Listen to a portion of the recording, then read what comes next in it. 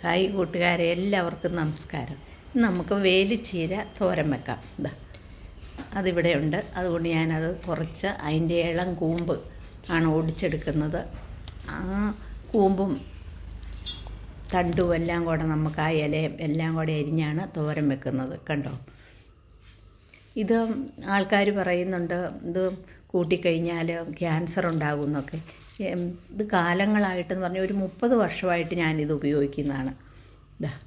കുറേ ഞാനതിൻ്റെ ഇളം തണ്ട് ഒടിച്ചെടുത്തിട്ടുണ്ട്. ഇങ്ങനെ തലയ്ക്കും കൂമ്പ് അത് നന്നായിട്ട് കഴുകി വൃത്തിയാക്കി എടുത്തതിന് ശേഷം പിരുപിരാന്ന് അരിഞ്ഞിട്ടുണ്ട്.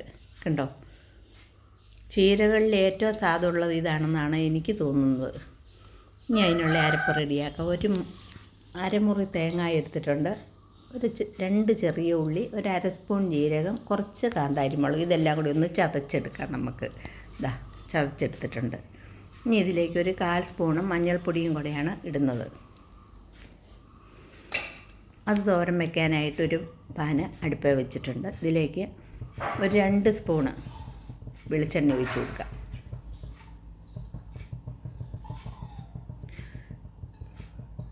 എണ്ണ ചൂടായി കഴിയുമ്പോൾ ഒരു 1/2 സ്പൂണ് കടുകിടാം. ഇനി ഒരു കടുക് പൊട്ടിയ ശേഷം ഒരു 3 വറ്റൽമുളക് മുറിച്ച് അതും കൂടെ ഇട്ട് കൊടുക്കാം.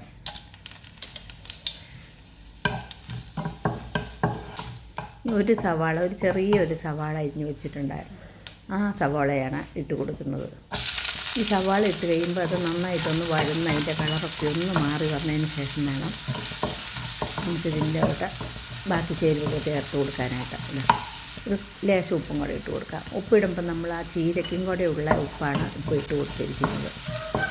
ഇനി അതിൻ്റെ കളറൊക്കെ ഒന്ന് മാറി വന്നിട്ടുണ്ട്. അരച്ച് വെച്ചിരിക്കുന്ന അരപ്പിടുകയാണ്.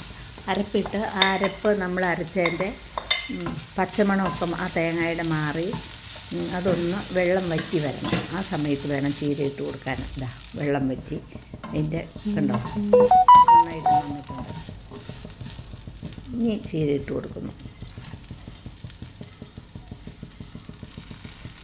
ചീര പല സൈസുണ്ട് നമുക്കറിയാം അല്ലേ. ഒരാഴ്ചയിൽ ഒന്ന് വെച്ച് നമ്മൾ ഇലക്കറികൾക്ക് ഉപയോഗിക്കണം എന്നാണ് പറയുന്നത്. നമ്മുടെ ആരോഗ്യത്തിന് ഏറ്റവും നല്ലതാണ് ഇലക്കറികൾ. ഇനി ആ അരപ്പും ചീര എല്ലാം കൂടെ ഒന്ന് ഇളക്കി എല്ലാം കൂടെ ഒന്ന് യോജിപ്പിക്കുക. അരപ്പെല്ലാത്തതിലും വരാൻ തക്ക വിധത്തിൽ നല്ല സ്വാദുള്ള തോരനാണ് ഈ ചീര തോരൻ വെച്ചാൽ. ഇങ്ങനെ അത് കഴിഞ്ഞ് എല്ലാം കൂടെ ഒന്ന് കൂട്ടി വെച്ചിട്ട് ഒരു 2 മിനിറ്റ് ഈ സമയത്ത് സിമ്മിലിട്ട് വേണം ചെയ്യാൻ, അല്ലെങ്കിൽ പെട്ടെന്ന് കഴിഞ്ഞു പോകും. നമ്മൾ വെള്ളമൊന്നും ഉപയോഗിച്ചല്ല, ചീരയുടെ വെള്ളം കൊണ്ടാണ് വേകുന്നത്. 2 മിനിറ്റ് മൂടി വെച്ചതിന് ശേഷം എടുത്ത് ഇതുണ്ടോ, നമ്മുടെ ചീരയെല്ലാം ഇപ്പോൾ വെന്തിട്ടുണ്ട്. 2 മിനിറ്റ് മതി ഇത് വേവാൻ, അത്രയ്ക്കുള്ള വേവ ഇതിനുള്ളൂ. കണ്ടോ, എല്ലാം നല്ല ഭംഗിയായിട്ട് തോർന്ന് വന്നിട്ടുണ്ട്. ഉപ്പില്ലെങ്കിൽ ഈ സമയത്ത് നമുക്ക് ഉപ്പ് ചേർത്ത് കൊടുക്കാം. നല്ല സുന്ദരമായ ചീരത്തോരൻ കണ്ടോ.